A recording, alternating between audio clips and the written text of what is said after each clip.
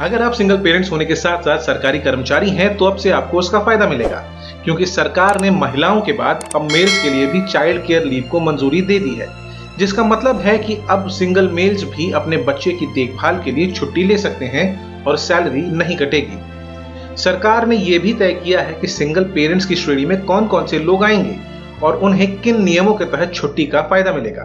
तो चलिए अब जरा इस बारे में भी जान लेते हैं। सरकार ने अपने आदेश में साफ कहा है कि इस सेवा का फायदा उठाने के लिए आपका सरकारी कर्मचारी होना जरूरी है। साथ ही सिंगल पेरेंट्स की श्रेणी में विधुर या तलाकशुदा कर्मचारी आएंगे। अगर आपकी शादी नहीं हुई है और बच्चे को गोद लिया है तो अविवाहित पुरुष भी सिंगल पेरेंट्स की श्रेणी में आएगा। और अगर आपको चाइल्ड केयर लीव लेनी है तो उसके लिए आपको पहले से अप्रूवल लेनी पड़ेगी। पहले साल 100% लीव सैलरी की तरह यूज कर सकते हैं, यानी पहले साल लीव के दौरान आपको पूरी सैलरी मिलेगी, लेकिन अगले साल इसे 85% लीव सैलरी की तरह इस्तेमाल कर पाएंगे, यानी दूसरे साल लीव के दौरान आपको सिर्फ 85% दिनों की ही सैलरी मिलेगी और बाकी 15% दिनों की सैलरी कट जाएगी। साथ ही अगर आप चाइल्ड केयर लीव पर हैं तब भी लीव ट्रैवल कंसेशन की सुविधा ले सकते हैं। अगर आपका बच्चा दिव्यांग है तो उस बच्चे के लिए किसी भी उम्र तक चाइल्ड केयर लीव को लिया जा सकता है।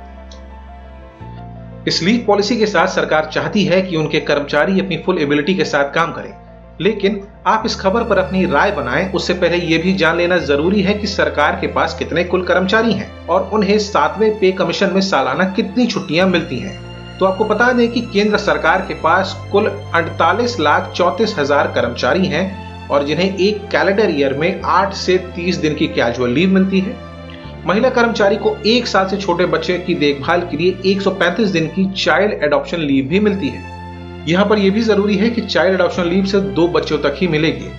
उसी तरह महिलाओं को 2 साल के लिए यानी करीब 730 दिनों के लिए चाइल्ड केयर लीव भी मिलती है। महिला कर्मचारी चाइल्ड केयर लीव बच्चे के 18 साल होने तक ले सकती है। सरकारी कर्मचारियों को कम्यूटेड लीव भी मिलता है, लेकिन उसके लिए मेडिकल बिल दिखाना जरूरी होगा।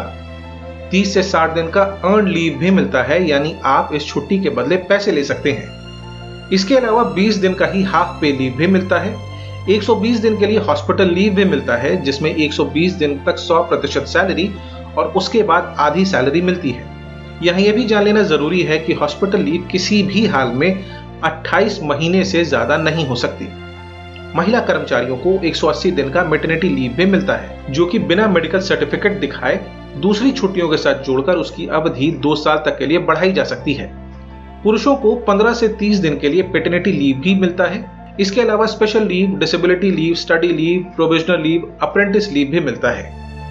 ऊपर बताई गई छुट्टियों को देखकर आप यकीनन यही सोच रहे होंगे कि अगर एक सरकारी कर्मचारी को इतनी छुट्टियां मिलती हैं तो वो काम कब करते हैं। तो धीरज रखिए साहब, अभी तो छुट्टियां खत्म कहां हुई हैं।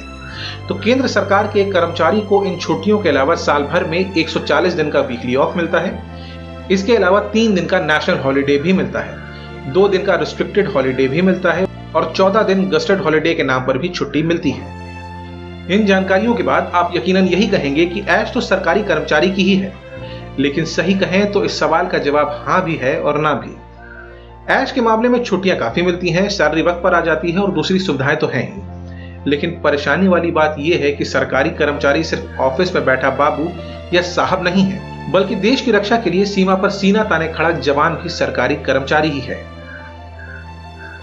आपको हमारी दी जानकारी कैसी लगी हमें नीचे कमेंट करके जरूर बताइएगा।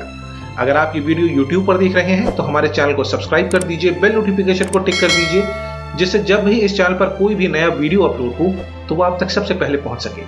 और अगर ये वीडियो आप फेसबुक पर देख रहे हैं तो हमारे पेज को लाइक कर दीजिए। तब तक खुद भी सुरक्षित रहिए और दूसरों को भी सुरक्षित रखिए। धन्यवाद।